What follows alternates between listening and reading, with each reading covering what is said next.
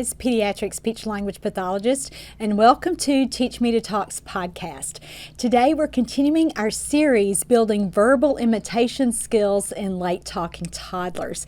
I'm so excited about teaching you this information, and this is actually the second show in this series. Our first show, podcast number 422, was all about why imitation matters and how important it is. It's actually the number one skill that we should be teaching all late talking toddlers, and certainly we should be working toward that when there's a bigger piece, when late talking is just part of a developmental difference that a child is exhibiting, and as well as when late talking is the child's only issue. So this is such an important piece of information, not only for therapists, so that you can teach this to the parents of the children on your caseload and help them understand that imitation is probably the one skill that all late talking children are missing, and then it's also important for parents so that you can understand exactly what you're working on with toddlers. And so this is actually, even though it's the second show in the series, we're actually going to be talking about level 1, or the very first step when we're teaching children how to imitate. And again, this is such a critical skill that so many of us don't think about, and we don't think about teaching it in a hierarchy. For kids who aren't talking, we just think we're going to just jump straight to words. But you've probably already found that that's not working for you, or else I'm not sure you would be watching this video. There are actually 6 levels of imitating, very sequential levels of learning how to copy and repeat what a child sees someone else do and then say. And so one of the things we're going to talk about today is how motor imitation, or how imitating someone's actions, would come before a child would be able to imitate vocally. And so we're going to see that as we walk through these levels. Now, words are way up here at level 7, and you can see that there are so many things that have to come first. And so if you're a parent and this is new information for you, welcome to the show, because I'm so excited that after today you're going to really be able to pinpoint where your child is and where you should be working with him. And actually, the show that I just talked about and referenced, the first show in this series, can really help you determine the correct starting point. Today, we're going to be moving forward with the first step in this process, which is teaching children to imitate actions. And so in a minute, we'll talk about exactly what the prerequisite skills are for this level, and also you'll know if your child is already beyond this point. So hang tight for that. Let me mention a couple things before we really get going with the information.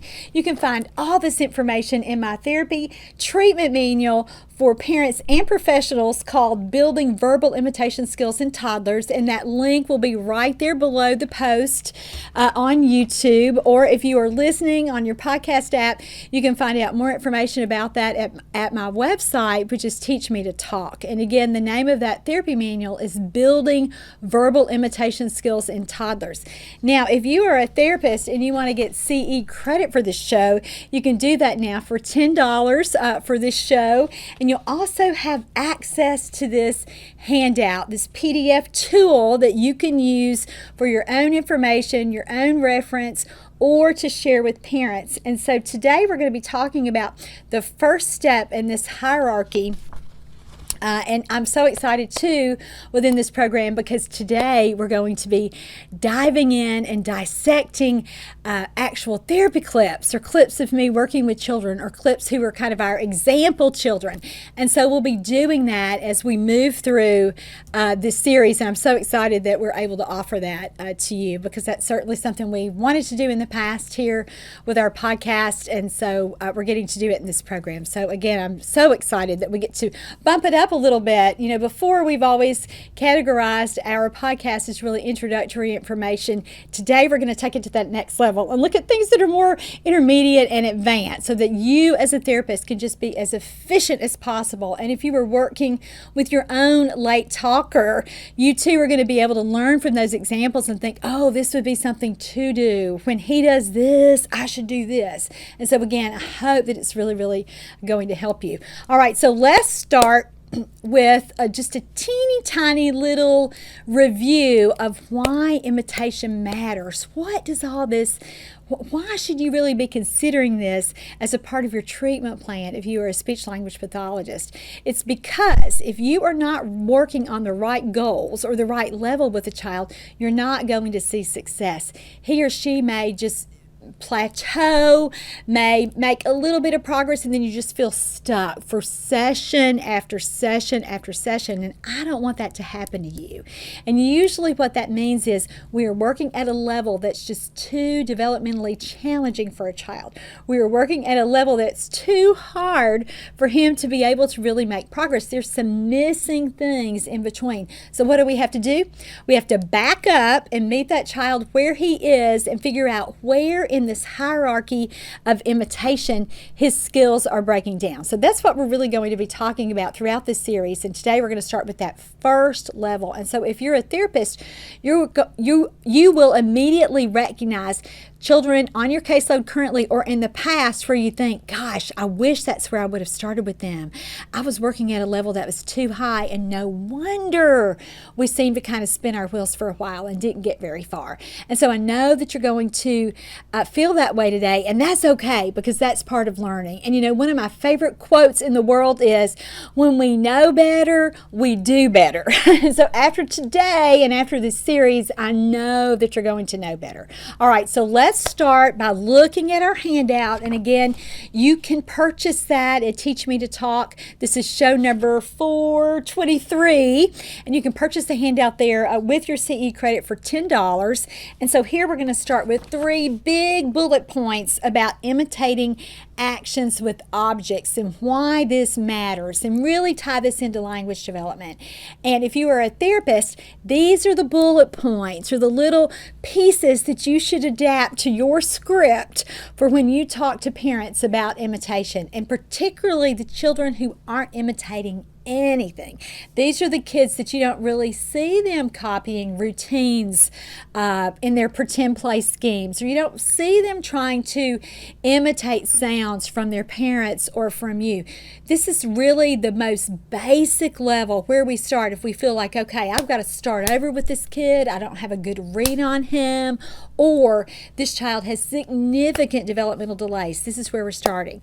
And so I wanted to be sure to mention that. But let's start with these 3 big bullet points that you need to know about imitation. The first one is this, and I said it in the previous show, and I want to say it again so that you really get why we're starting here. This is our foundation for this level of imitation. This is our evidence-based practice. So here we go. A child's ability to imitate actions at 18 months old was a better predictor of his language skills at 36 months old than even gestures. All right, so let me kind of unpack this a little bit for you. So let's kind of start at the end. Let's backward chain this. I hope you know what that means. That means starting at the end of something and working it back to the beginning. So let's see. It ends with a child's ability to imitate actions at 18 months old was a better predictor of his language skills at 36 months old than even gestures. So gestures, why do gestures matter? In typical language development, gestures like communicative gestures, meaning that you do something with your body that indicates to somebody else what you want to say. And so if you were shaking your head like this, what are you saying? You're saying yes, right? That's a nod that generally means yes. And so if you're shaking your head like this, what do you mean? You mean no. Those are communicative gestures. If you were pointing, what do you mean? You usually mean look, or I want that, or something to direct someone else's attention to what you were showing them. So all of those things are what? Those are gestures. Those are body movements that you have used to communicate meaning to someone who's watching you, right? It's not what you say, it's what you're doing. And so those are gestures. So what this is saying is, when a kid has gestures, that's super, super important, and that's always predictive that we know that he's symbolic, and we know that in typical development and in delays, in speech language delays, words should come next. That's our next stop on that language development train. We know when gestures come in and he's verbal, hey, we're about to hear some words. So this study is saying, hey, that's super, super important. But guess what? There was something else that was even more important than that. That would be that at 18 months, so when a kid is a year and a half old, he's copying actions. So what he sees somebody else do. So this primarily means adults, but it could also apply to other kids. But because kids are still in that parallel play phase of play development at this point, it's generally an older sibling or an adult, but something that they see their parents or their older sibling that they adore do. So let's say the older sibling is into video games and the toddler at 18 months wants to be like his or her big brother. So what might that toddler do? That toddler might pick up my case for my glasses here and start to operate it like a joystick or push buttons or in some way. Or maybe that toddler's parent frequently talks on the cell phone. So that toddler might do what? Put that case to their ear and they're pretending they're imitating actions. And it could be a little bit more literal than this. They could use their parents' cell phone, and again, it wouldn't be that pretend play component there, but you get what I'm talking about. This means that imitating is beginning to happen. And these researchers found that when kids could do that at 18 months, they were becoming so symbolic that by the time they turned 3, that there was a direct correlation. The kids who were doing that great at 18 months had great language at 3. And so they found that to be really predictive. Kids who weren't doing that well at 18 months, not so great with language at 36 months. There were some delays present, so that there were some expectations that a child wasn't talking as well as his or her peers, same age, who were imitating actions at 18 months. So a big predictor there. So this is why we're looking at this. All right, so that was point number 1 about imitation or imitating actions with objects. Point number 2. Imitation with an object is targeted first because it's the easiest kind of imitation for late talkers. And why do we know this? Well, let's just break it down. If verbalizations or vocalizations were going to be quote unquote easy for that child, would you be seeing the speech pathologist? No. And so we know we've got to do something beyond or besides sounds. We have to pick something else that would be easier. So what is that going to be? Motor imitation. And in typical language or typical communicative development, when we look in that baby's first year, they are learning to do a lot more motorically before we hear that verbally. And we'll also see this with cognitive concepts throughout childhood. And we'll talk about this with play a lot. We need to see a child demonstrate cognitive jumps or acquire new cognitive milestones in play or non-verbally before we begin to see a child use that same skill symbolically. So let's unpack that a little bit for you speech pathologists who maybe have never thought about this in this way. Let's use language. Let's use joining words. So let's say phrase production, early phrase production. You will not see a child self-generated phrase. Now, he could just do some rote imitation or some echolalic imitation or even just some real imitation of some 2- and 3-word phrases long before he's going to be able to self-generate or spontaneously join those 2 words together. But guess what? You won't see that in a kid who is still primarily using one toy at a time, who's not able to join ideas in play. So when we have our little guys that are just so fixated on maybe, laying down on their tummies and they've just got Thomas the Train or their car or truck or something with wheels just right in front of their little faces and they're just rolling that back and forth. Or let's say that it's a tractor or some kind of vehicle like a bus that a child can put the people in or hook something on the back, and you try to do that with that kid to expand his play routine and to bump him up a little bit, and he goes berserk because he doesn't want you, first of all, messing with his routine. This is what he's doing. He's probably self-stimming and getting a big visual bump from watching the wheels spin and spin and spin. But the second thing is, Ideation-wise, he's not able to really tolerate anything beyond, this is my vehicle and I'm going to move it. If you try to add, again, if you try to join something with it, he's just not ready for that. And what does that do? It icks him out, as I like to say. He doesn't want any part of it. He doesn't understand it. Too hard for him. It's like when we listen to, or when someone tries to communicate with us in a language that we neither understand nor can speak. And so you're kind of, at the beginning, trying to stay along with it, but eventually you're like, okay, I can't do it. I'm sorry, I'm out of here. So again, that's what our kids do when we're doing that too. And so when we see that a kid that can't join that, can't do that, there's no way that he's going to be able to join that in play either. And so this is why, again, we've got to really pair. I've got to see it non-verbally before I see it verbally. And so that's what we're going to do with this imitation. We're going to see it non-verbally before we see it verbally. I hope that makes sense to you. If it doesn't, hang tight. You'll get it. You'll get there. I'll hopefully give you an example that makes better sense to you as we go. But that's point number 2. All right, point number 3 about imitating actions with objects imitating actions with objects is critical to teach when we see that there are also, beyond verbal delays, that a kid has some cognitive delays, some motor delays, or either pragmatic delays. Now let's run through what these are. This would just mean that there's more going on here than late talking. It's not just that the kid isn't talking. It's probably also that he or she isn't understanding language. And so automatically we know that that's a receptive language delay, that it's not only the expressive piece, but the receptive, how a kid receives it, that input piece, and he's not linking meaning with words. And when we know that there are receptive delays, that's usually due to what? Sometimes a cognitive delay. Now let's say a kid can have a receptive language delay but cognition still be a strength, but let's reverse it. When there's a cognitive delay, receptive language skills are always delayed. I mean, 100% of the time. Close the book. You know, we know why that kid qualifies for speech, because he has a cognitive delay. How he learns, he's just not able to retain information or remember information, apply information. It takes him longer. He needs more repetitions before he learns it. And again, that's just how it is. That's just a child's learning profile. That's how they've come into this world. So we know that about them. And so when there are cognitive issues, we know that we have to start teaching imitation again at the ground up if a kid isn't getting it on his own. Now, how do we know best that cognitive skills are moving along with a child?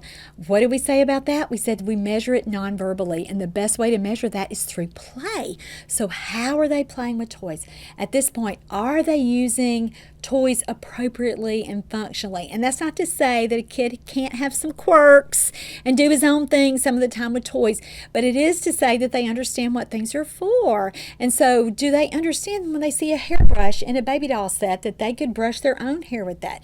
Do they understand that they can take a drink from the cup? Do they understand that the shoes go on their feet? You know, how are they matching pictures of things, or not pictures, but ideas? You know, how do they understand? Are they learning? These are what these really common objects are in my house that I see every single day, and this is what we do with them. And that's cognitive development for a baby. And when a baby is nonverbal, when he can't tell you, shoes, they go on my feet, he can show you that he gets it by reaching for the shoe and then trying to put it on his foot, or trying to put it on your foot, or trying to put it on a baby doll's foot. That's how we know. And so again, when we don't see that, we've got to teach it. And so that's why starting with imitation, teach me to imitate, actions with objects, that's our first step here. So we also need to start here when there are motor delays. We've talked about this before, but when a child has low muscle tone or high muscle tone, or sometimes even with kids when we're not seeing muscle tone differences yet, but they're not functionally using their little bodies. So a gross motor delay, they're not turning over on time or rolling on time, they're not cruising on time or sitting up, they didn't walk on time, they're not running on time. Even though they are mobile now, there's still some unsteadiness there. There might be some safety risk with lots and lots of falls. And so again, when we see, or that's the gross motor piece. What about the fine motor piece? These would be kids who have difficulty with their hands. They were later to start to look at their hands when they were newborn. They were later to start to learn how to hold onto their bottle or to manipulate objects with their environment. They weren't great with container play. It took them a long time to learn how to pick something up and then drop it in the bowl and then dump the bowl out. So those are things that they're still not mastered, or things that are still, again, even if they're older than that, if they're 2, they have difficulty when they're playing with some early toys. Sometimes it looks like they don't like toys when that's not the problem. They just can't really coordinate their little bodies to make their hands move like they should. So when we see motor delays, this is also the place that we should start when we're working with children, because we want to make sure that we are incorporating those motor plans into these early play routines. And again, remember what we said, a kid is not going to ever talk beyond where he or she can play developmentally. And so it's so important to us as early interventionists to really bump up that nonverbal cognitive piece so that we can have better outcomes with kids and make progress faster. And certainly when we see kids who have pragmatic delays, teaching them how to imitate actions with objects will come first. Now, what do I mean by pragmatic delays? This is the language use delay. This also would refer to social skills. So a kid who has difficulty making and maintaining eye contact with other people, a kid who really is difficult to get his or her attention. You try to show them something and they really are just paying attention to something else. If you try to maybe give them a snack, they're just so focused on the snack, they never look at you. They might lead you to the kitchen rather than getting in there and pointing and showing you what they want, or even being able to, again, it goes beyond talking. It's not just that they can't say it, they also can't show you what they want. So these would be kids who have pragmatic differences. Those almost always point to markers for autism, or certainly a risk for autism. And so we know this when a kid is not playing with toys lots of time or imitating us actions with objects. Many times it's because they have pragmatic differences. They aren't watching us. They don't interact with other people like other toddlers or preschoolers their own age. They're not terribly interested in responding to their names. And it goes beyond that. It's not that this is just a behavioral issue. It's not that they won't do it. It's that they can't do it. And so when there are pragmatic differences here and markers for autism, this is a great place to start when you're working with kids with imitation, because you are teaching them to watch you. You are teaching them to include you and to share that experience with you. And that's otherwise known as what? Joint attention. And it's one of the very first things that we work on. And it's certainly a key component to any speech therapy treatment plan or any early intervention OT plan or developmental intervention plan or early development, whatever you call yourself. You teach your people in your whatever your program happens to be. So that's where we would start with these kinds of kids. All right, so let's take a look. Remember, I referred to this at the beginning when I showed you my chart from building verbal imitation skills in toddlers, and we said that words are way up at level 7, but when we have a late talker, we can't start there. We've got to go with a really sequential way to look at imitation. And today we're at the first step in this process, which is imitating actions with objects. So I want to show you this on a graphic, and I want you to look at this so that you can see where we are. Level 2, after this level, we're going to bump up to body movements and gestures. Then at level 3, nonverbal actions with your face and mouth. Now that's kind of controversial. I'll explain it in that show, but just know all late talkers don't need to work there, but some do, just a really, really tiny subset of children. Most late talkers, when we get them in our speech therapy programs, and they already play well, they're interacting well, things are going along. It's just a late talking issue. We're going to start them up here at level 4 with vocalizations in play. Level 5 would be exclamatory words, so words like animal sounds, words like yay and woohoo, or expressions like oh boy or where'd it go. Those are all kind of exclamatory words. The next level, level 6, this would be verbal routines, and then finally level 7, functional words, and level 8, phrases. So let's back up. We're way back here at level 1. Can you see how when we take a kid who's not imitating anything, who's not connected to us, who may struggle again with some motor issues or some other kinds of social pragmatic delays, can you see how we can't really start at words and how it's a mistake when we start way up there because of all that ground that he or she needs to cover first? All right, so that's what we're doing here in level 1, is covering ground and making sure. So we are going to talk about, for the entirety of the rest of this show, teach me to talk how to imitate actions with objects. And again, this step is going to come long before we teach a child how to imitate words. And in typical development, this comes in pretty early. Kids start to imitate some actions and really use their bodies within that first year of life. Really commonly that 6 to 12 month period. We might see it earlier even with newborns when they imitate some facial expressions. But remember, again, why we're starting here with late talkers is because we want to start with the easiest thing for them to imitate. And we know that talking and vocalizing has been hard, so we pull it back up to a motor action, because motor imitation generally precedes verbal imitation, particularly in children who aren't vocal and verbal already. So that was a review. I hope you've got it this time, because that's a really, really critical piece of information. So level 1, when do we start with kids here? It will be our kids with more significant developmental delays. They're probably nonverbal.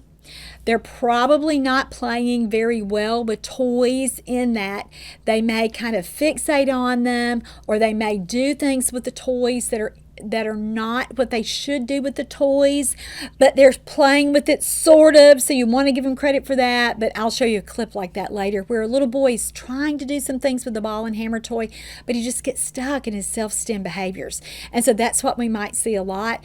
A lot of times these are kids who aren't playing with you, so they're not sharing that experience with you. They may hyper fixate even on the toy, especially if it's a push the button toy or a lights and sound toy. And so there's decreased joint attention there. And again, I'm going to be pointing that out. I've got some great examples of beautiful joint attention, and then we'll contrast it with some kids who are really, really struggling with that. I also start here at level 1 with kids when I don't have a great read on them, and when I know, gosh, he or she may just struggle with expressive language, but mom has given me some conflicting information, or something like they didn't really warm up to me that well in the eval, and I don't think I got the best read on them. So let me start with some things that are just kind of fun and see where we go from there. And I'm also going to show you a clip like that with some darling twins who, again, you just need to figure out, where is this kid and where is he? And so this is again, we're going to walk through these different scenarios with these therapy clips, so you can see exactly when you should start with this kind of play and when we're looking at imitation. All right, so we are teaching a child to imitate actions with objects, and take a look at your handout so we can talk about the specifics here. So let's dig in with, what are our prerequisites for imitating and teaching a child here? And remember, we said that this will be the easiest target for kids who have been are not already spontaneously or purposefully imitating actions, gestures, or words. We're not going to rely on language here. We're going to measure their nonverbal ability to imitate first. And so since we're working with very, very young children, we need to use activities that are from 2 different categories. We can pick play-based activities, which is always my number one thing because I love to play, and I think that that's how kids learn everything. And I think when we start thinking that play is not an everyday routine that families should be engaging in with children, we are on the wrong track. So I think play-based activities are the very best way to do this. And you can also do it in everyday routines, and that's actually probably a parent preference. And I remember parenting young children. We had 3 little ones. Our boys were back to back, and it was hard to do anything outside the context of everyday routines. But being the play a champion that I am, we always try to make time for that and make room for that. And so certainly even as busy parents, we ought to be saying, hey, you can do this. You can teach him how to imitate in everyday routines, and that's fantastic. And I want you to do it because you'll remember to practice it over and over and over. But to teach him how to imitate and to really get this skill going, you're probably going to need to use toys, because that would be just the most, again, developmentally appropriate way to do it. Now, remember what I've already said about 15 times now.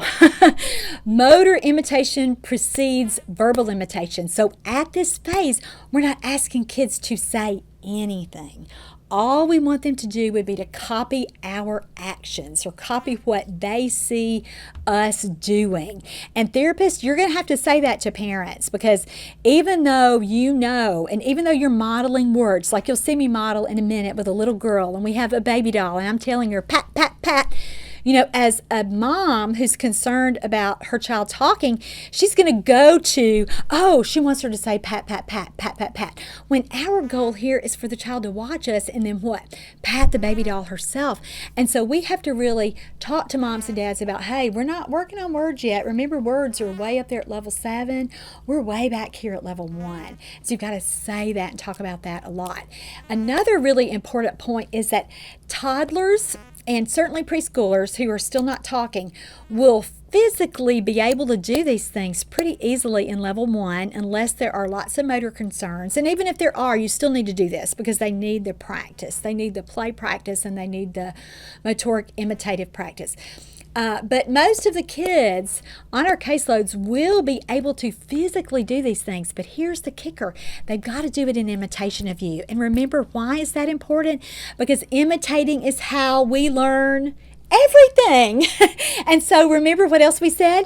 We've got to get kids to imitate non-verbally before we can get them to imitate verbally. So that's what we want to do. We're going for imitation here. And remember what we said too in our last show about why imitation matters. You've got to get them to do it often so that you are getting that immediate imitation, so that you can really get that efficiency going. If it takes them 15 minutes to imitate something that you've done, that's not very efficient. You're not going to accomplish very much. And certainly for some of our kids who are significantly, particularly motorically delayed and cognitively, there's some big cognitive differences there. Yes, it may take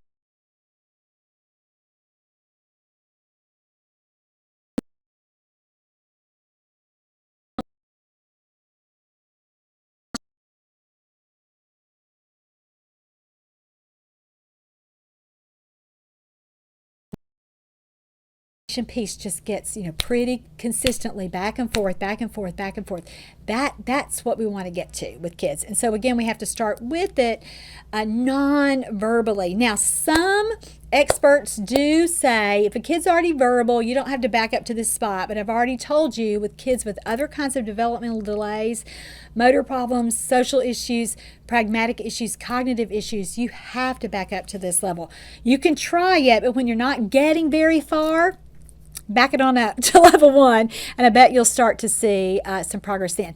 Now remember, the more significantly delayed a kid is, the longer this goal is going to take. And if there are more issues, let's say, like we're going to see with one of my little friends here, he's got went on to be diagnosed with autism, but he had the social issues, certainly had the cognitive issues were present here. Didn't really understand what the toy was for, even after that being modeled for him. And so again, the more things that are going on with the kid, the longer this goal is going to take. But certainly it's worth pursuing it. And here's the truth: you can't really skip. Even if you say, well, that's going to take forever. I just don't have time for that.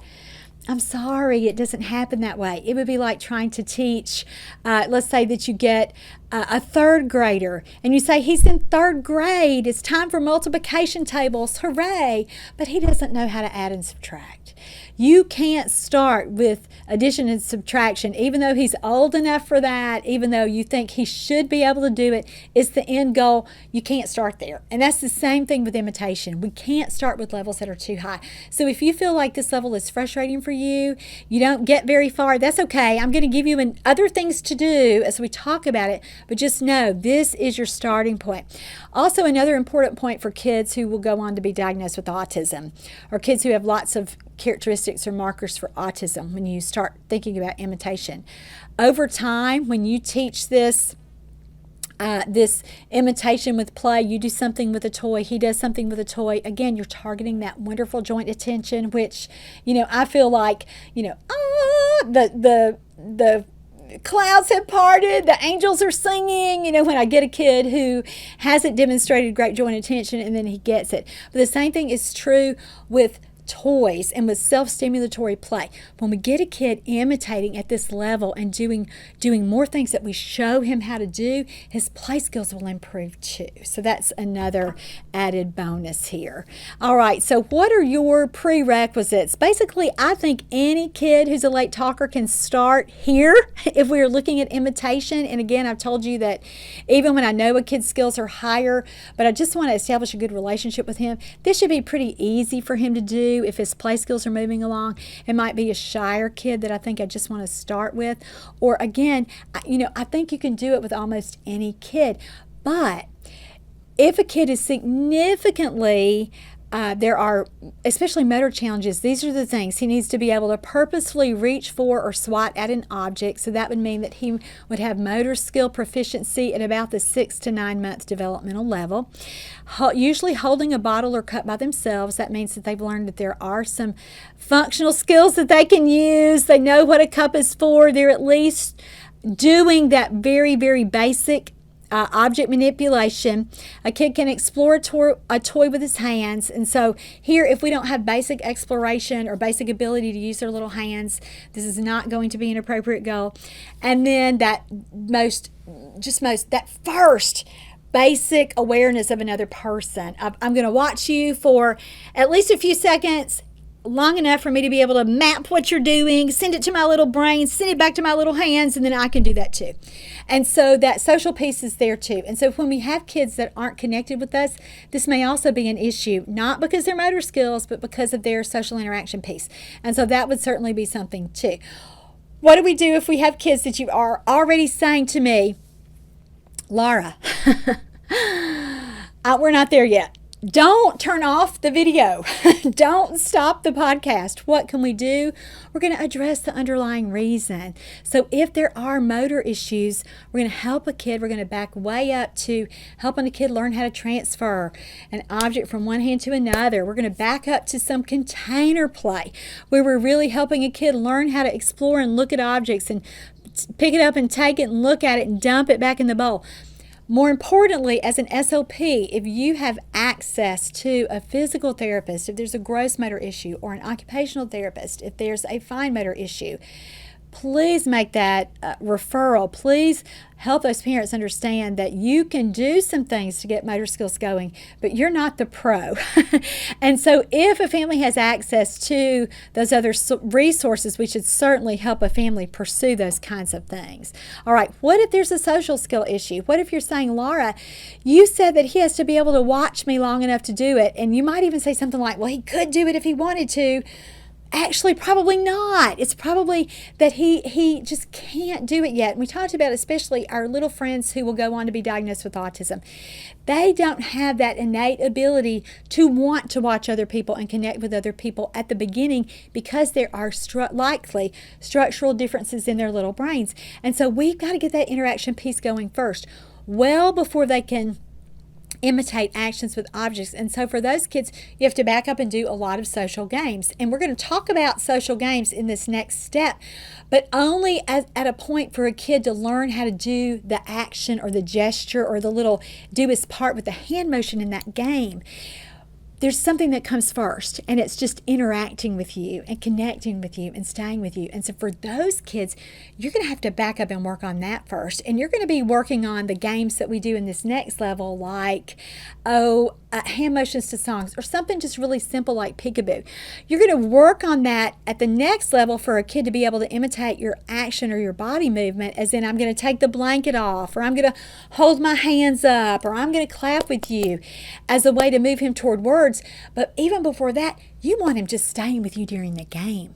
You want him playing with you. You want his little eyes to be twinkling, for him to be connecting with you, and for you to just be just totally giddy with each other and sharing that experience first. And so you've got to get that going first. And so if you're listening to this and you're thinking, that's where I should start, my treatment manual, Teach Me to Play with You, and I didn't bring a copy over here in the show, but I want you to know that that would be your very best resource to really get those people games, which is, to borrow a Hannon word, get those social games, those games that you play with other people going first. You need that first. So again, that might be even a better starting point for you. And if you start to play with a child and you start to do these things that I'm going to teach you how to do now, in imitating actions with objects, you do that for weeks and you're not getting anywhere, go ahead and know you've got to back up, and those social games are going to be the first place for you to start. All right, so what if there's a cognitive delay? This is the very best place to start with that. There could be that there's some receptive language delays that a child might not have mastered yet, but that's okay, because you can move him through this, and this would actually be a way to target your receptive language skills in the midst of all that. So I wanted you to know those things. So take out your handout and let's look now at examples of imitating expected actions with objects. So why do I say we're going to begin with expected actions with objects? It's so that you can really help a child learn, like we said before, to use objects appropriately, to use objects at a developmental level. And again, if you're a parent, you might be cracking up that I'm saying use objects at a developmental level when I'm talking about a toddler or a baby. But honestly, that's what they're supposed to be doing by about 15 months. We want them between 12 and 15 months to really know glasses go on my eyes, and start to put glasses on their eyes. Or when they see someone's pen, that they grab it and reach for it like they're going to scribble, so that they really are making those connections. And so again, that's what we're going to do here. We're going to start by modeling the expected action with whatever object we're using. So when I teach this course live, I test the audience, so I want to do that now with you. So if I gave you a car, what would you want a child to do with the car? What would you do so that he could imitate your actions? Because remember, that's what we're doing. You're not giving the child a car and saying, roll the car. You are modeling that action. He has to what? Watch you and see you so that he can do it. And remember, we're starting there because that's how kids learn how to imitate first, especially kids with language delays, because verbal's too hard. We've got to start with motor. So with a car, you would want him to what? Roll the car back and forth. And again, you've got to model it first. If I gave you a hat, what would you do with a hat to get a kid to imitate you as far as an expected action goes? You would put it on your head, right? If I gave you, let's go something harder. What if I gave you a pot and a pan? What would be something expected you could do for that this is a trick, that would be appropriate for developmentally? What would it be? If you didn't, you could certainly, if you had a spoon there, you could stir with a spoon, you could do that. But another developmentally appropriate thing to do would be to turn that pot over and what? Bang on top. So again, think about what would he do with this? What should he do with this? What could he do with this?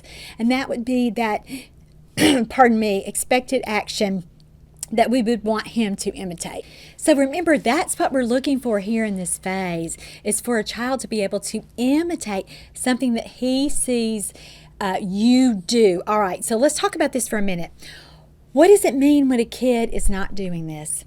Well, let me just say, typically developing children, and children when there's only a talking delay, when it's just an expressive language delay, this is easy for them. So when you see a kid that you've got his attention, He's settled enough to play with you. He's watching you or maybe not watching you. That gives you a lot of information. If a kid is truly typically developing, this will not be hard. You're just going to model these actions in play and they will imitate it. I'm going to show you some things with some kids who aren't even one yet who are doing this, and so you'll start to see how it should look in typical development. But for our little guys that are late talkers, this is going to be a lot harder. And again, why? Because they are just not wired to do this. They are not wired sometimes to imitate like we see with our other kids. So we really have to build them. We have to build those skills in there.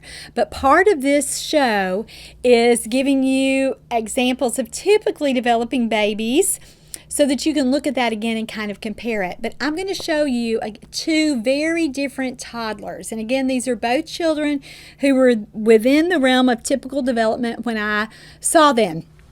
And when I knew them, when they were right around their first birthdays. Similarities, both kids live in homes with both parents, but the parents had really different parenting styles. One family was super laid back about developmental milestones. One family was not. That mom was actually in school to be a therapist herself, so you can kind of see that dichotomy there. But guess what? Both babies were very typically developing, and I can't wait to show you these little clips because you can, even though you can see some similarities there, you know, I've pointed out some differences. So I want you to pay attention to that. This first clip is with a darling little girl that was just a couple of weeks shy of her first birthday, and so I want you to watch this little clip and pay attention to what we're talking about here, which is what? Teaching a child to imitate actions with objects. We've got a sweet little baby doll there, so watch this clip and think about how she imitates. Look at your baby. I see your baby. Look at that baby. I know. Can we give her a kiss? You give her a kiss. That's right. I love it. You gave your baby kisses. You give your baby a kiss. You give her a kiss. Give her a kiss. I love it. Yay. Wasn't that adorable? And again, that was a little girl that wasn't saying anything at that point. I mean, nothing. But her imitation with objects was just right on. That wasn't hard. I had not taught her how to do that. I obviously knew that family and knew that little girl through some other kinds of exchanges that we had, but imitation was moving along beautifully. All right, let's look at this second little guy. He was about 9.5, 10 months old when we took this clip, and I want you to watch him with some imitation with objects and just how easy it was to get this going. Ball. Oh, I got him. I got him. I know.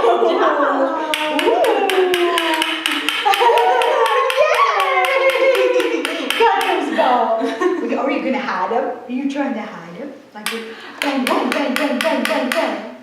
Bing, bing, bing. That's right. Bang, bang, bang.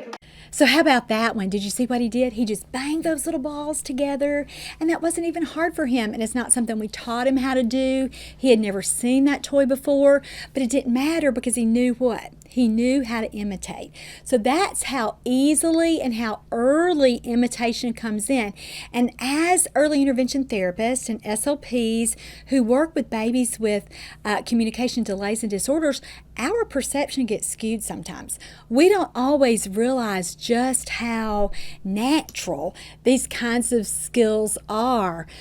Just how early they emerge. So I always want to caution you as a therapist, especially if you are not in, you are not in your childbearing years anymore and you haven't seen a typically developing baby in a long time, or if you're not a parent and you've not experienced that firsthand, because again, mom brain and therapist brain are two very different brains. You will see things from a totally different perspective as a mom than you do as a therapist, and it's best when you can meet in the middle. But sometimes that gets dicey for us. I totally get that. But my point here is, if you don't have a good reference for typical development, you've got to find yourself a community program to volunteer in, go to church and work in the nursery or the preschool, and remind yourself of how imitation develops, because again, this is the number one skill that we should be teaching all late talkers on our caseloads. All right, so another similarity, not only did those kids imitate with those objects, what else did they do? If you're a therapist and you don't have a good answer for that, you know what I would tell you? I would say, I want you to rewind that. I want you to back up and watch those clips again, because you need to hone your clinical observation skills. You need to be looking at kids and saying, oh, and coming up with some other things. So do that right now. If you can't come up with anything else, you go back and you watch that and you come back to this with some good answers. That would be what I would say to you if I were mentoring you, and if we had a good relationship and you didn't take that too personally or get your feelings hurt. But here's some other things. What about their eye contact? Were they both looking at me? Oh yeah, they were both enthralled, right? I wasn't having to beg them to look at me. I didn't have to cue them one time. What are some other things they did? What about their attention? They stayed right there with me. I didn't have to get up and chase them around. They were both right there. Now, granted, they were both under a year, and so they could have crawled away, and I guess the little girl could have technically lunged from the table and jumped off. Hopefully not, though, right? But they mobility-wise, they couldn't run away from me like a 2-year-old can, but they were with me. They didn't stray. They were just right there. And I only showed you just a couple of minutes of play with both of those kids, but it wasn't hard to keep their attention. And what's that other part of attention? That big 2-word part that attention is the second word? Joint attention. How was their joint attention? Perfect, right? What did they do? How do we know when a kid has joint attention?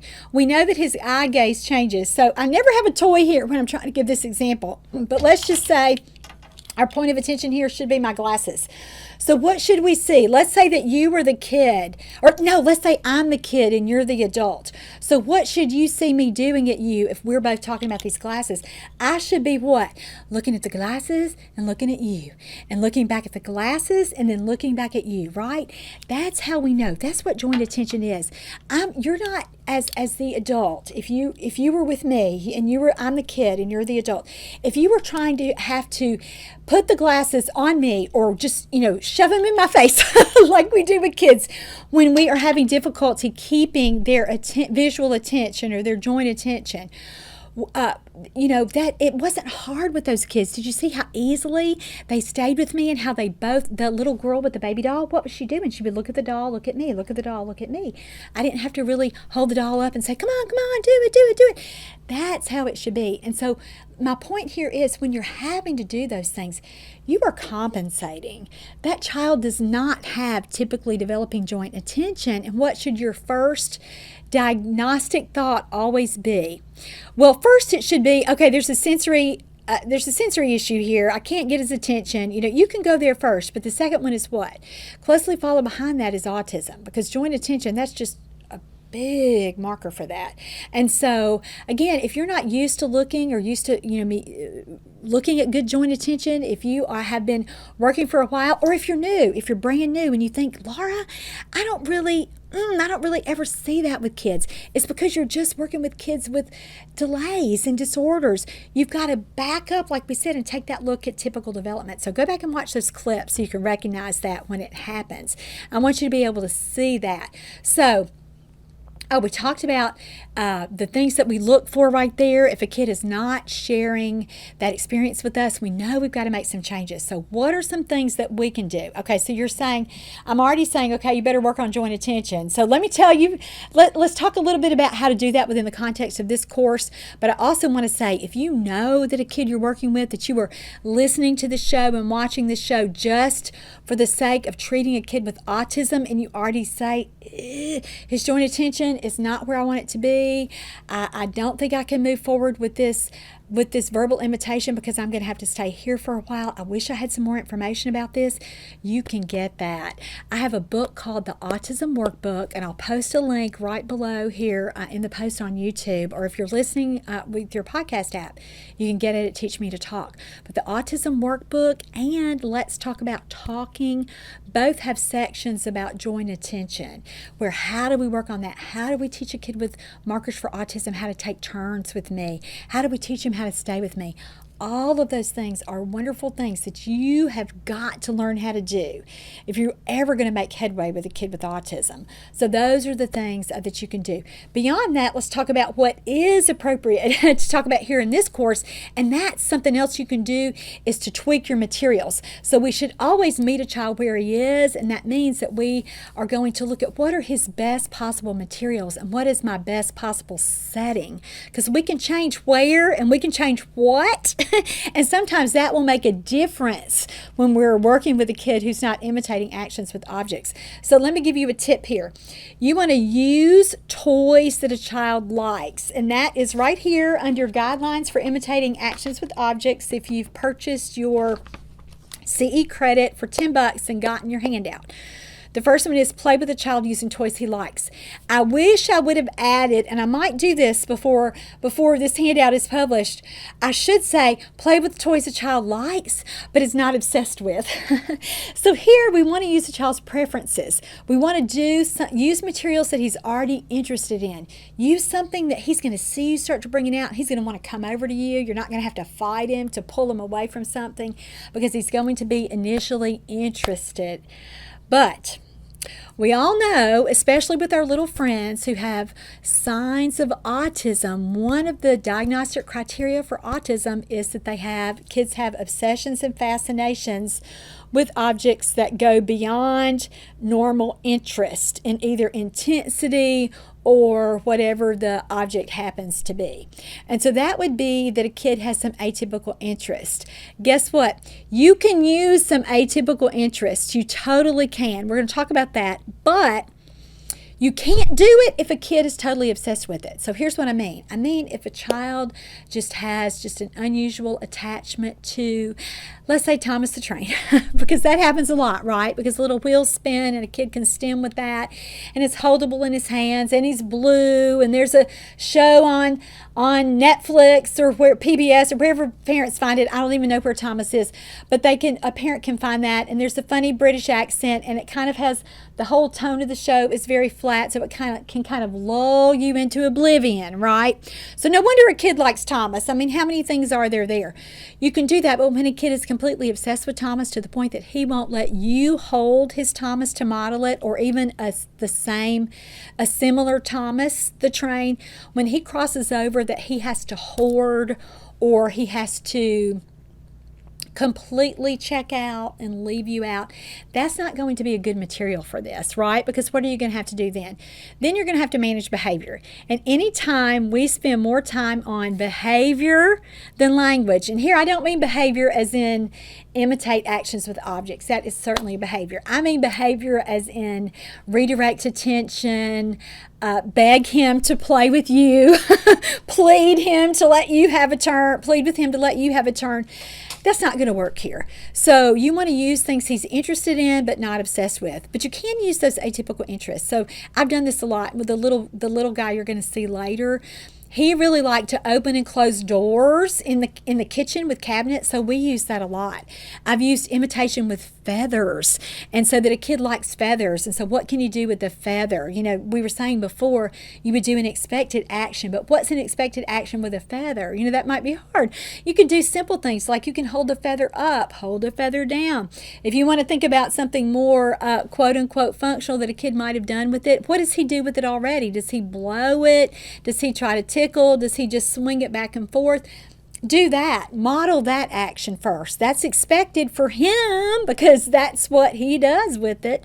So that's certainly something you can try. But anything, think about if it's a familiar toy or object, you already know what to do with it. But if it's atypical and you're thinking, what in the world am I going to do with this? Go with just common actions. You know, again, up, down, swinging in a circle, hide it behind your back. Think about whatever you would do and whatever the kid does with it. So that's been a good thing that I have been able to use there. All right, we also, remember how we talked about we can do these imitating actions with objects in two different contexts. We can either do it in play with toys or everyday routines. So parents, helping parents learn how to work on this during everyday routines is going to be critical, especially if the parent is not making time to play. And we know that parents are busy, and we know that there are parents that are like that. And after we've begged them and begged them and begged them and begged them, and after we've said things like, hey, you got to play and play and play and play, and when you're sick of all that, you got to play some more. If they still reject that, and that just for whatever reason, we're not going to be judgmental about it, but they're still not doing it, for those parents, you've got to teach them how to do it during everyday routines. So it might be, I gave some of these examples before, but let's just talk about these now. It might be that a child learns when after bath or during bath, mom's going to do some things there. So it might be washing his arm with a washcloth. She washes his arm with a washcloth. He's either holding his own washcloth or getting the washcloth from mom and doing it himself, or maybe washing the side of the tub. Anything that we can work in. In a meal, what might it be? It might be that you could do it with a social game where they learn to kind of clink their little, mom's glass to his sippy cup, something like that. It might be that he, again, holds his sippy cup up or puts it down. It might be that with his spoon, he picks his spoon up and, does it in the air like mom does. Or something more functional where he reaches in, mom models, she's going to take a bite of his yogurt, and then he takes a bite of his yogurt after mom. So anything that you can think of like that a family would remember and that a mom would be able to do. Now let's talk about novelty. Sometimes we think as SLPs, we've got to, have the grandest play scheme and da-da-da-da-da. And so let me give you this hint. If a kid has a lot of markers for autism or a significant developmental issue, we're going to go with familiar objects first. But there will be some kids for whom you think, these familiar objects aren't enough to hook his or her attention. For those kids, you might have to go with novelty. And again, with typically developing kids, I don't know that I would, or closer to typically developing, that it's just an expressive language delay. They're typical in every other way except expressive language. Sometimes with those kids, you've got to have some toys that, again, especially if they're a little bit older, closer to 3, you've got to have some toys that are going to be more novel. So that's certainly a tip that I might use. So let's get back to these guidelines for how you do this. We've already said we're going to play with a toy that a kid likes, or use a familiar object in everyday activities, or if there's a kid that for some reason we can't hook his attention, for that kid we're going to use a material that's a little bit more novel. When we're doing these things, what do we say about talking for the child? The child says nothing. We have no expectations for talking. If we get words here, hallelujah, that's a gift. But mostly this is where our target is nonverbal. So it's that imitating actions with that object. So what we have to do here also is really, really simplify what we say. So we want to narrate using very, very simple language. And I already showed you those clips where with that little girl, what was I saying with that baby doll?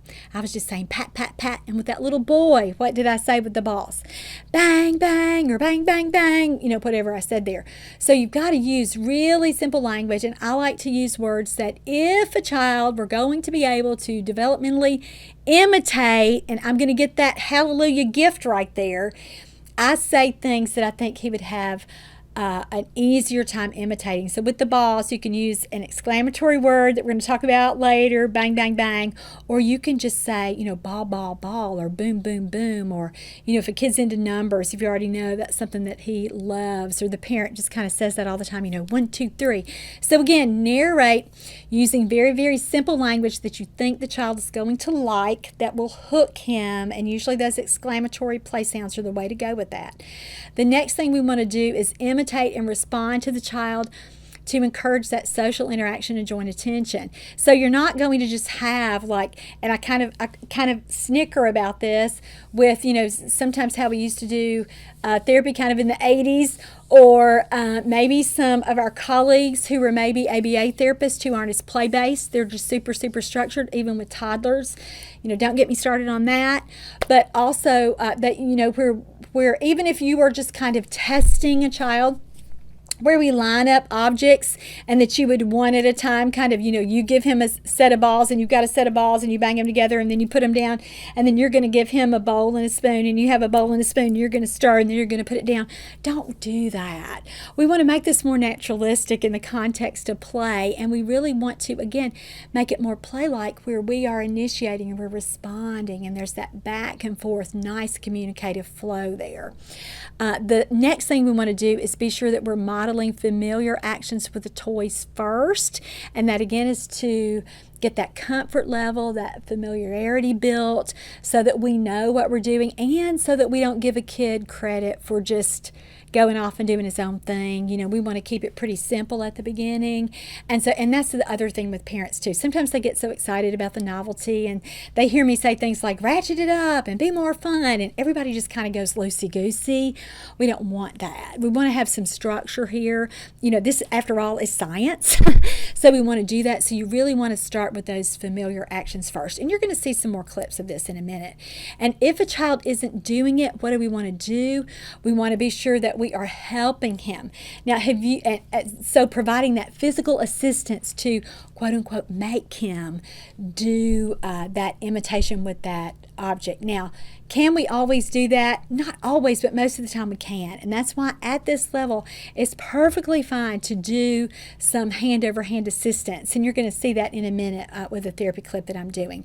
All right, so another problem that we have here is keeping a toddler's attention. Now, when I first read this research, Ingersoll recommended that we move on to new toys at least every 20 minutes or so to keep a toddler's attention. And I saw the 20 minutes and I just kind of, wanted to put my hands over my face like, oh no, because 20 minutes for some of our little friends is totally unrealistic. Sometimes it's 2 minutes, right? And so you've got to really use that as a gauge with a child. Are you going to make yourself and a child and their parent totally miserable by sticking with the same toy for 20 minutes? Please tell me no, a resounding no. We're going to keep moving our attention. And so let me tell you what some other folks say. Barbara Hodson, and if you are an SLP, you know that name. She did phonology, and so she recommends changing activities with preschoolers every 7 to 8 minutes, and that's certainly something I think, aha, we're getting somewhere. So I need an activity about every 5 to 10 minutes or so. I've got to change. I've got to do something new so that I can keep this kid's attention, and I think that's about right, especially for a preschooler. And then I found some research that pertains especially to toddlers. So a researcher, Gartner, in 2008 says that a toddler's attention span, so with toddler, we think about that generally as a kid, at the upper end would be 3, so 3 or younger than 3. A toddler's attention span is variable, and we know that there's some toddlers who can pay attention for a lot longer, but mostly the research says between 3 and 6 minutes. So that's what, about 5 minutes. So that's how often we're going to have to change toys realistically to keep a toddler's attention. Now, another thing that I like to do for a toddler's attention, especially for our little late talking friends, is to build that attention sequentially. And so I like to use what I call the one more rule. And that means it doesn't matter what we're doing. If he or she is having trouble with the book, he only wants to sit through the book for 2 pages.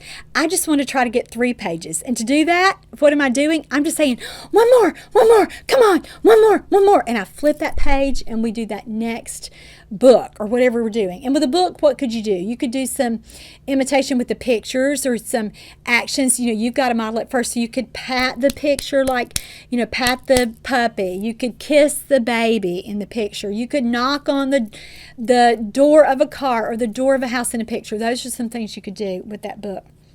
Let's say it's a puzzle. Let's say you have a 9-piece puzzle, and I've got a cute therapy tip of the week that's Christmas themed about using, I'll try to post that link too, using a puzzle. What can we do to teach actions imitating actions with objects with the puzzle. And so again, if a child has just done 3 pieces of the puzzle, I don't try to get him to sit through all 9 pieces. I'm just going for 4. I'm going for that one more.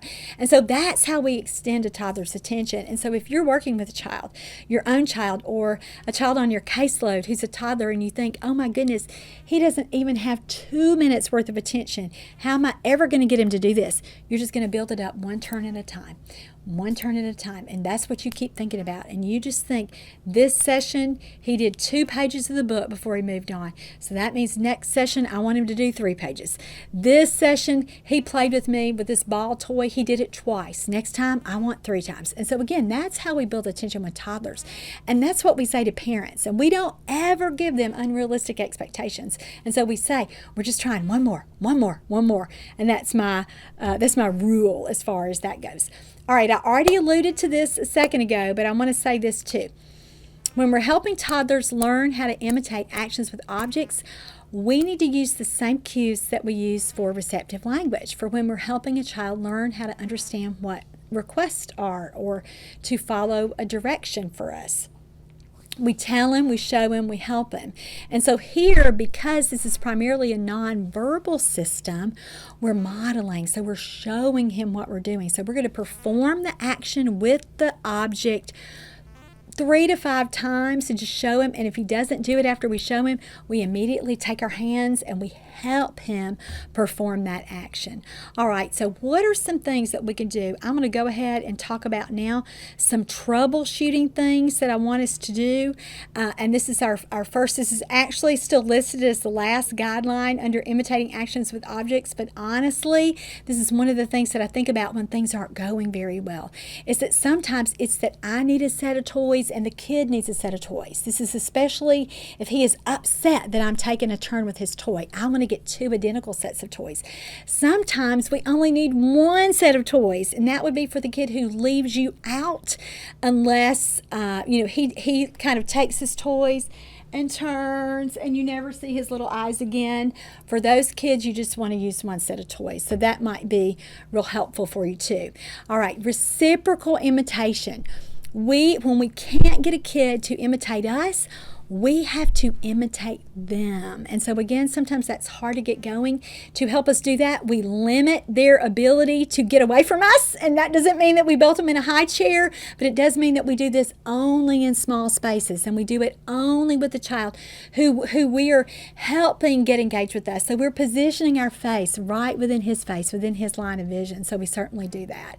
And again, we've talked about how important it is that we model that simple language and that we again get that affect going. So that's our number one thing. If we don't have kids really imitating us, get that heightened affect going. Be more fun. Be more fun to look at. Be more fun to listen to. Also, make your target easier. If you're trying to do something with a child that's harder with a toy, back it up. If you're trying to get him to push the toy down the ramp on the racetrack and he can't do it, start with just putting the car on the racetrack and see if he can do that. Let's talk about another thing that I mentioned before, power struggles. Do not get into power struggles with toddlers. Why? Because nobody wins power struggles. We don't. And so we want to make this as fun, as enticing as possible.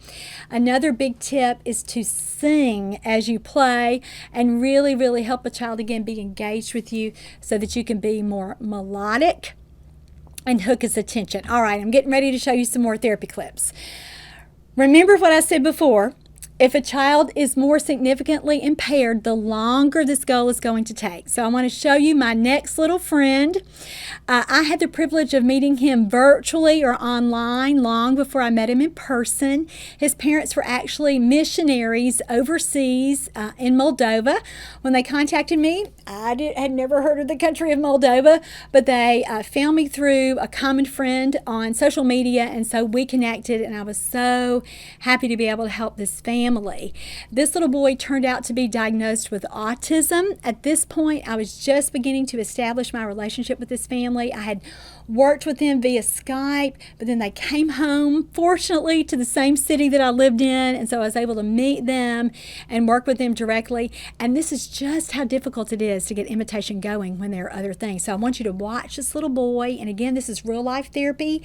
I'm not going to show you perfect therapy clips throughout this podcast series because we don't deal in perfect situations ever in early intervention.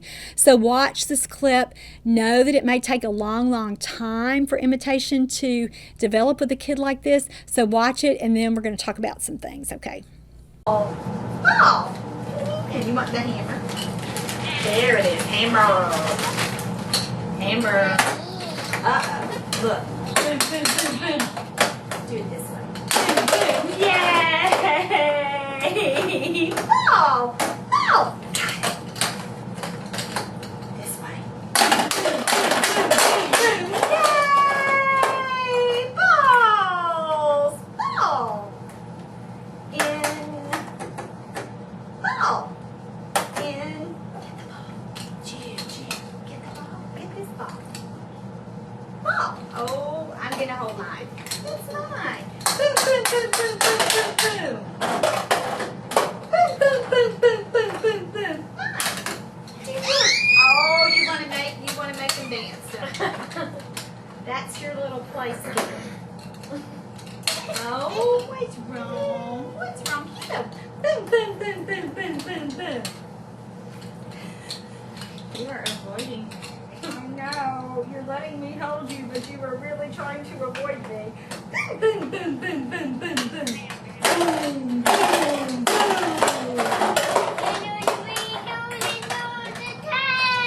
Hammers. In. Let's hit him. Let's hit it. Boom, boom, boom, boom, boom. Yay! You like to hide those back there. You like to hide those. That's kind of a visual thing. I want to see them walk around. Yeah. I know. Those cameras. Mine. Oh, okay. Mine. This one. This one. Boom, boom, boom, boom, boom. You hit them. Boom, boom, boom. Yay. Hammers. I'm going to still stay in your face. You have to stay with me. Here. Boom, boom, boom, boom, boom, boom.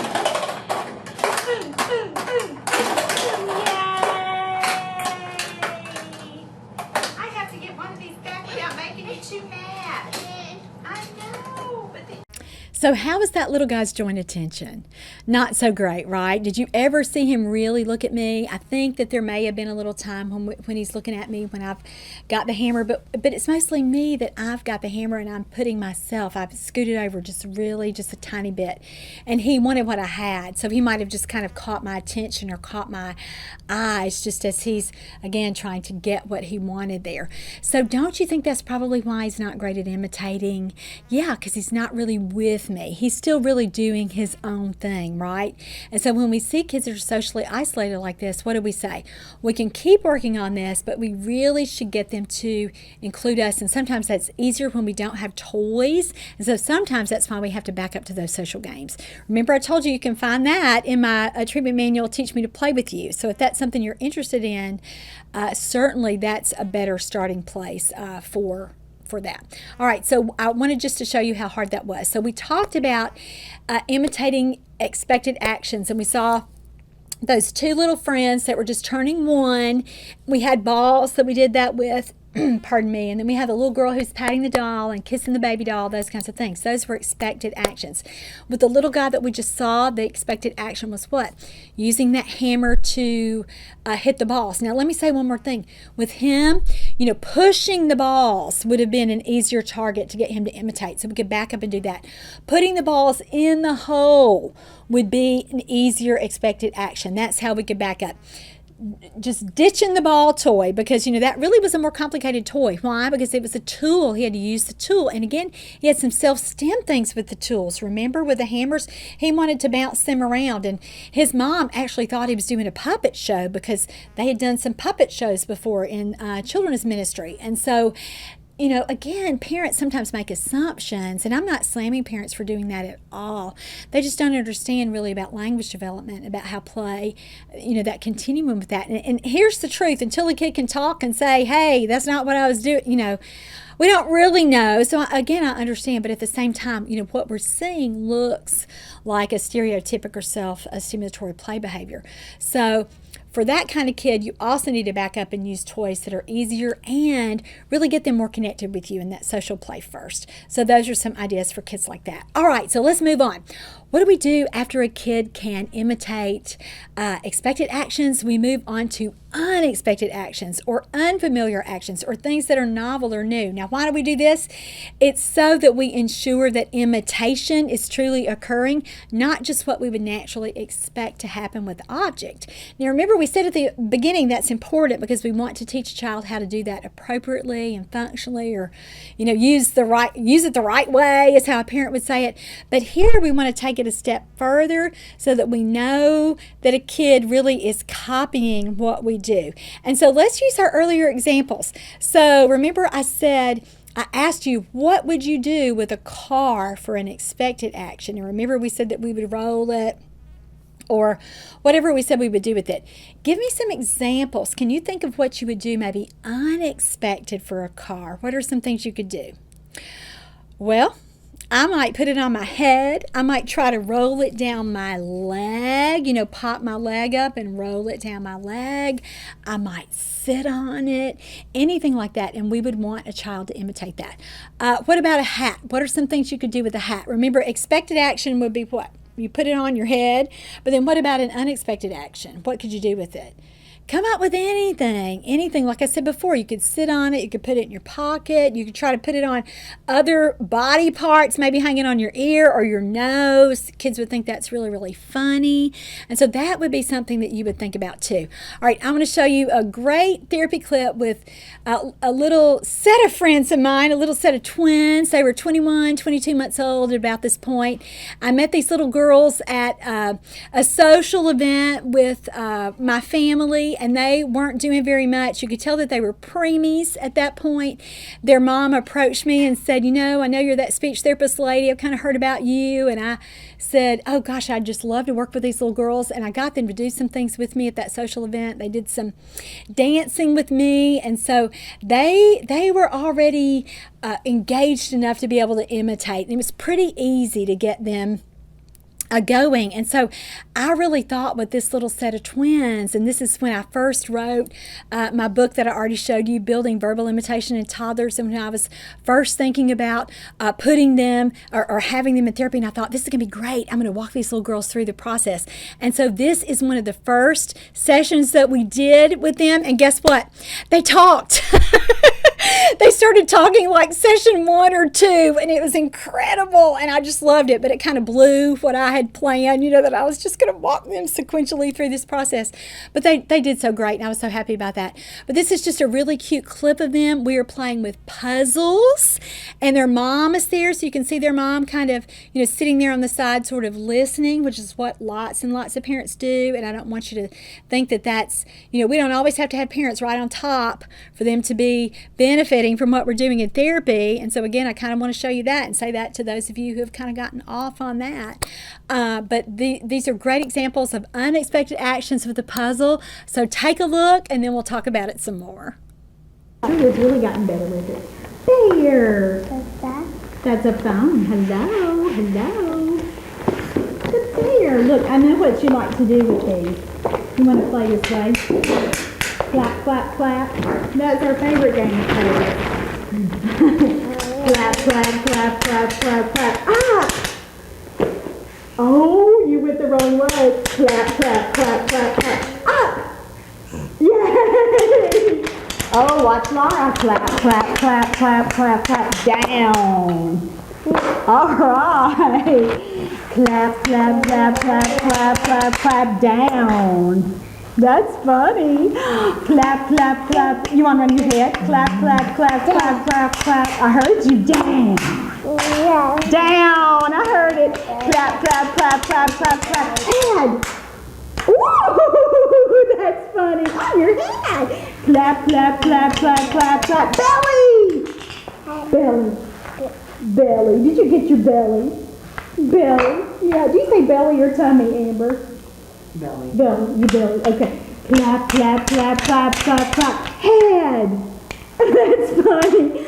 Clap, clap, clap, clap, clap, clap. Shoes. Shoes. Or boots. We all have on boots today. Boots. Boots. I heard you. Boot. You got your boot. Your boot. All right. Clap, clap, clap, clap, clap, clap. Boots. On your So how was that? That was adorable, wasn't it? And what was the unexpected action there? We clanged those puzzle pieces together, and I was giving verbal cues with that. And these, again, just to keep the child really engaged. It's really narrating simple language, and we made it a game, and they obviously had played that with me before. It was one of their best ways to my best ways to bring them back to me, really again, meet them where they are, if they were getting off and dysregulated. And sometimes when you're working with twins, you need something to do together as a joint activity. So it's a great game, a great imitation game. And so we even did some things like, put it on your boots, put it on your head, put it on your belly. So wonderful, wonderful ways to make sure that a child is really, really imitating. So I hope that you will think about that. And these kids, again, were pretty easy, but at the same time, I've gotten lots and lots of kids to be able to imitate at this level. And this is where we start them. We start them non-verbally before they become verbal. All right, so let's talk about a couple of more troubleshooting tips for you. What if you try this with a child, and again, for weeks, and he's really not doing anything? Let's say that he's mouthing the toys, or he's throwing the toys, or he's just not staying with you.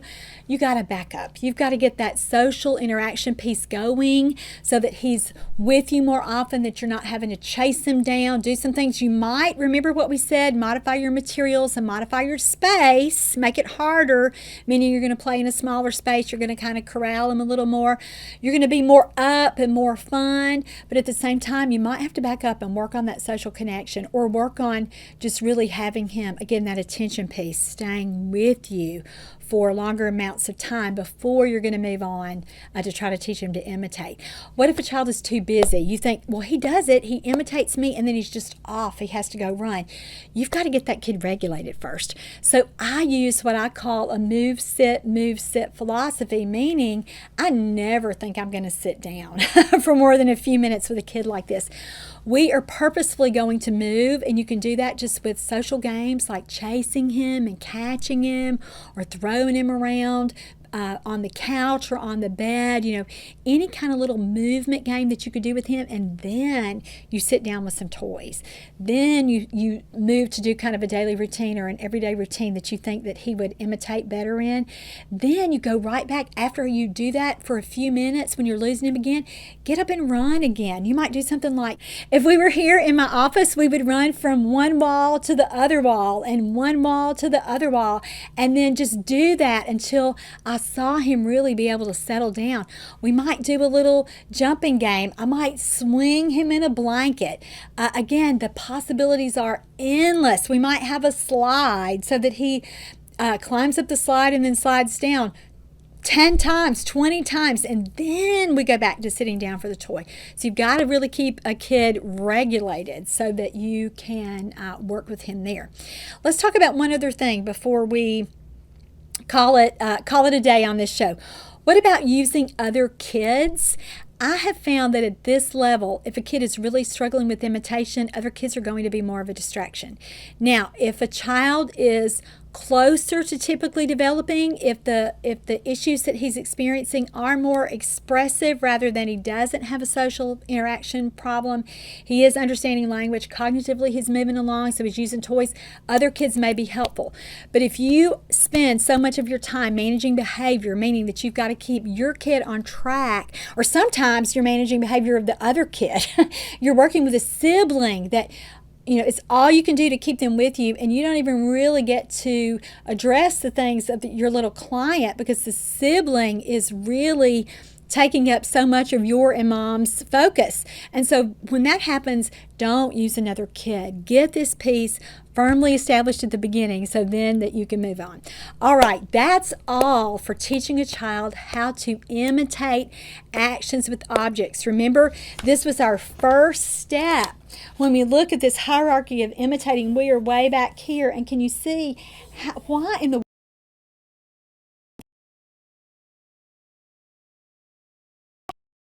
from here? And so you've really got to work a child up to this being able to verbally imitate, and we always start with nonverbal imitation.